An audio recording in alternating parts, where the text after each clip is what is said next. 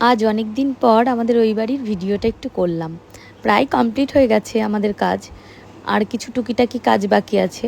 খুব তাড়াতাড়ি আমরা শিফট করে যাব, যেহেতু মেয়ের স্কুল খুলে যাবে আবার। তো আমার শিমুরালি বাড়ি থেকে মেয়েকে নিয়ে স্কুলে যেতে খুব অসুবিধা হয়ে যায়, তো তার জন্যই খুব তাড়াতাড়ি আমরা শিফট করবো। এই দেখো, এটা আমার বেডরুম। আমার বেডরুম মোটামুটি কমপ্লিট হয়ে গেছে। তো অনেক দিন ভিডিও করা হয় না, মানে আমি খুব একটা বেশি যাই না, আমার বর যায় রোজ। ওর এখন রোজ যেতে হচ্ছে, যেহেতু ওর কাজ হচ্ছে বাড়িতে। আর এই যে আমার বাথরুমের একটু কাজ বাকি আছে, তো সেটাই হচ্ছে। আর এই যে এটা আমার বেডরুম, তো তোমরা জানিও কেমন লাগছে। আর এই যে ওটা আমার ঠাকুর ঘর, ওই যে ওখানে করা হয়েছে, আমি ওপেন ঠাকুর ঘর রেখেছি এবার।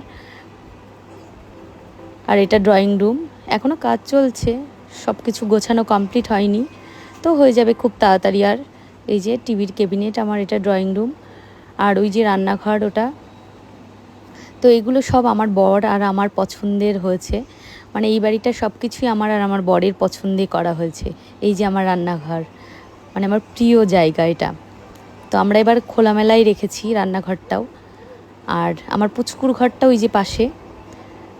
আর এই যে আমার ঠাকুরের জায়গাটা একটু বড় করেই করেছি। আর এই যে আমার মনার ঘর, এটা মানে আপাতত তো মেয়ে আমাদের সঙ্গেই থাকবে, তো ওর জন্য ঘর করা হয়েছে ওটা। মেয়ের ঘরটা ফাঁকা রেখেছি কারণ আমার এ বাড়ির অনেক জিনিসপত্র ওর ঘরে রাখবো আমি, তার জন্যই। আর আমাদের ঘরে আমাদের এ বাড়ির কিছুই আমি রাখবো না, তার জন্য আমার ঘরটায় কাজ করা হয়েছে। তো তোমাদের কেমন লাগলো জানিও। আর কালার টালার ঘরের সব আমার আর আমার বরের পছন্দে হয়েছে। খুব তাড়াতাড়ি পুরো ভিডিও নিয়ে আসবো। চলো, টাটা।